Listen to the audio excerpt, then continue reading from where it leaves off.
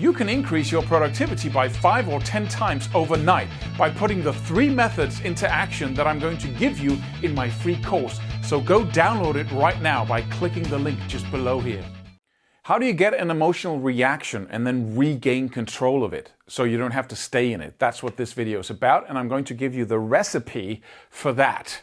My name is Claus Levin, and subscribe to this channel if you want original insights and deep distinctions on personal development and success. So we often say that, the only thing you can control in this world is your own thinking.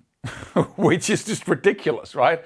And if we had any awareness when we listen to messages like that in the personal development industry, we would go, what are you talking about? I can't even stop thinking. So how can I have control, right? We can have thoughts that just takes us in the most places that feels horrible. Why would we want to feel horrible if we could stop that thinking?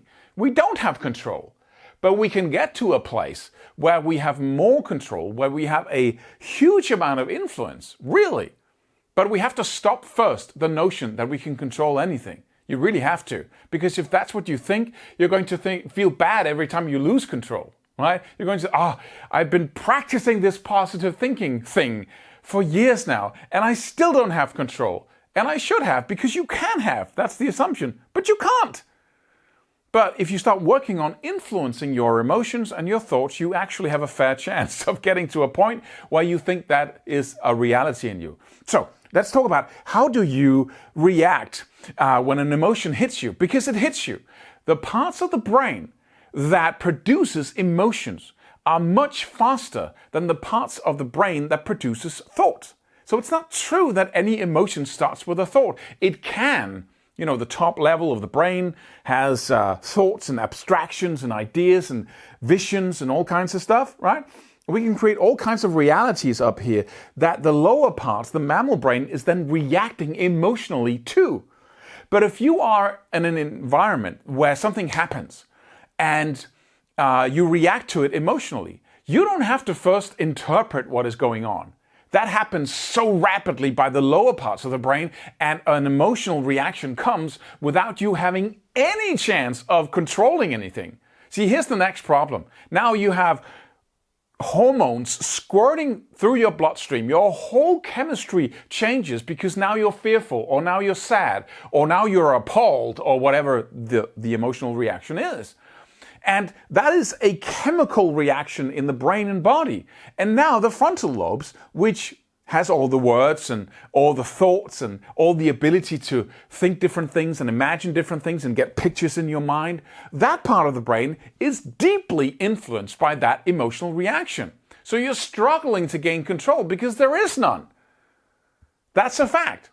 But see, when a specific emotional reaction keeps occurring over and over again, like walking around and suddenly realizing that I'm feeling dread most of the time. I'm feeling a background kind of stress that I'm not doing enough to get to where I want to go. Or I'm feeling dissatisfaction in general. Or I'm feeling whatever it is, right, in the background. And you suddenly realize that, why am I feeling like that? This is not too bad, my life. I actually did stuff and I succeeded at some things, and there's no reason to walk around feeling like this. When will this stop? Now I'm 30, or now I'm 25, or now I'm 40, or 50, or 60, and I feel stressed what's going on here? That feeling is a feeling that hopes to improve your life. Every negative, hurtful, whatever you call it, emotion is trying to achieve a result. So the first thing you need to ask yourself is, what result is that? Well, I imagine that the worse I feel, the more I'll do to improve my situation. That is so normal. And it's also so very idiotic, because it doesn't work like that. It's an old strategy in the brain that doesn't work in this reality. It just doesn't. So then we can say, okay, that is the motive for feeling like that. That's what it wants. That is its intention. And we can recognize that it doesn't get what it wants. It only makes things worse. But that is the story of the human brain, of the human mind, is dysfunction. Is trying to achieve something and then creating the exact opposite result. That is our main core challenge as human beings. But so what you do is that you discover what is the motivation. If you feel like a victim, why? Because you get to, I don't have any responsibility because, stuff happened to me, so I don't need to take action. It's a safe place to be being a victim. It's a safe place to be that my life is always against me, or that some outer higher power is always against me. I don't get all the lucky breaks. That's a strategy for feeling as good as you think you can feel in your safe space of feeling like a victim. Victims don't take action because they just don't. Then you're not a victim anymore, right? Victims don't feel powerful because feeling powerful is scary because then I have to do stuff, right? So every emotion you get has an outcome. Also, the natural emotions like feeling loss or sadness or despair, those emotions has a function too of repairing, of getting to one reality where that person was alive or where you had that life and then getting to another reality. It's a psychological process that those emotions are facilitating, you could say. Anger has a focus. It has a result that it wants to achieve. That's what it is, right? It's hiding the hurtful feelings, right? Somebody hurts you, and in order to really, just live with that hurt, you get angry. Because before I felt, just weak. I felt small. I felt inadequate. I felt hurt. In that hurt, I felt all those things. And that's a terrible thing. I'd much rather feel strong and aggressive. So that's where you live, or that's how you feel. So, and this is not simple. This is a path where you untangle your emotions, all based on what do they want. What is the benefit, the secondary benefit of this, and what do they want? What happens when I feel like this? What's the assumption behind what's the result they want to create, right? And you have to be curious about that all the time. And then gradually, when emotions arise, there's experience in here, right? And you go from a place of being at the effect of your emotions to being able to have some sense of control, because you can make decisions and say, I don't want to feel like this. No, no, no. That's a frontal lobe reaction to an emotion, certainly, right? So you feel frustrated, you go, and then as that frustration arises, then the second after, there's an impulse up here that says, hey, I don't want to feel like this. And I know why I feel like this. I know there's an assumption that if I get frustrated enough, then stuff will work out. But stuff doesn't work out. Or I don't want to be stressed anymore. Stop it. No, there's an impulse that says, no, I don't want to go there. Stop it. Why do you have the power to do that, to stop the stress? Because it has revealed itself as a strategy that does not work.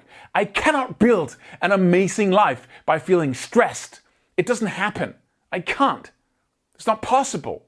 And once you realize that deeply, that is an idiotic, stupid strategy, you're trying to use an emotional, simple strategy that's 200,000 years old to achieve something very particular and complex like business success or relationship success, right? And it's really working against you because it's exhaustive and it makes you stupid to be stressed. It makes you make rash decisions right?